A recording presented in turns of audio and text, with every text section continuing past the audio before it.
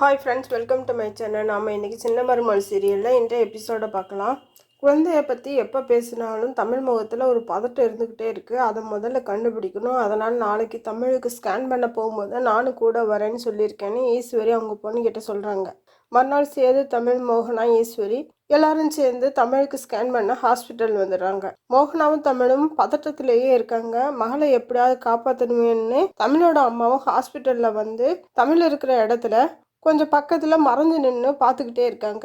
அவங்க செல்லப்பாண்டிக்கு ஃபோன் பண்ணி, எங்க ஸ்கேன் பண்ண இந்த ஈஸ்வரி அம்மாவும் வந்திருக்குன்னு சொல்ல, அட கடவுளே, இப்போ என்ன பண்ணுறதுன்னு செல்லப்பாண்டி யோசிக்கிறாரு. இந்த டைமில் ஈஸ்வரி பாத்ரூம் போக தமிழோட அம்மா இருக்கிற அந்த பக்கமே வருது. இந்த அம்மா முகத்தில் மாஸ்கை மாட்டிட்டு மறைஞ்சு நிற்கிறாங்க. அது மட்டும் இல்லாமல் செல்லப்பாண்டிக்கு ஃபோன் பண்ணி, எங்க இந்த ஈஸ்வரி அம்மா பாத்ரூமுக்கு போகிறாங்கன்னு சொல்ல, அதுக்குள்ளே ஸ்கேன் பண்ண தமிழை கூப்பிட தமிழ் கூட சேதுவும் மோகனாவும் போகிறாங்க. இது செல்லப்பாண்டி கிட்ட தமிழோட அம்மா பதட்டத்தோடவே சொல்கிறாங்க. ஏதாவது வலிக்கு விழுகிற மாதிரி பொருள் இருக்கான்னு தமிழோட அப்பா கேட்குறாரு. தலை துடைக்கிற சோப்பு தண்ணி இருக்குன்னு தமிழோட அம்மா சொல்கிறாங்க.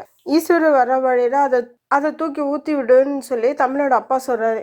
எங்க அவங்க விழுந்து காலு கீழே உடஞ்சிட்டா என்ன பண்ணுறதுன்னு தமிழோட அம்மா சொல்கிறாங்க. அப்புறம் வேறு வழி இல்லாமல் சோப்பு தண்ணியை தூக்கி தரையில் ஊற்றி விட்டு மறைஞ்சு நின்றுக்கிறாங்க. ஈஸ்வரி சோப்பு தண்ணியை கவனிக்காமல் அதில் காலை வச்சு வலிக்கி விழுந்து வாங்கிடுறாங்க.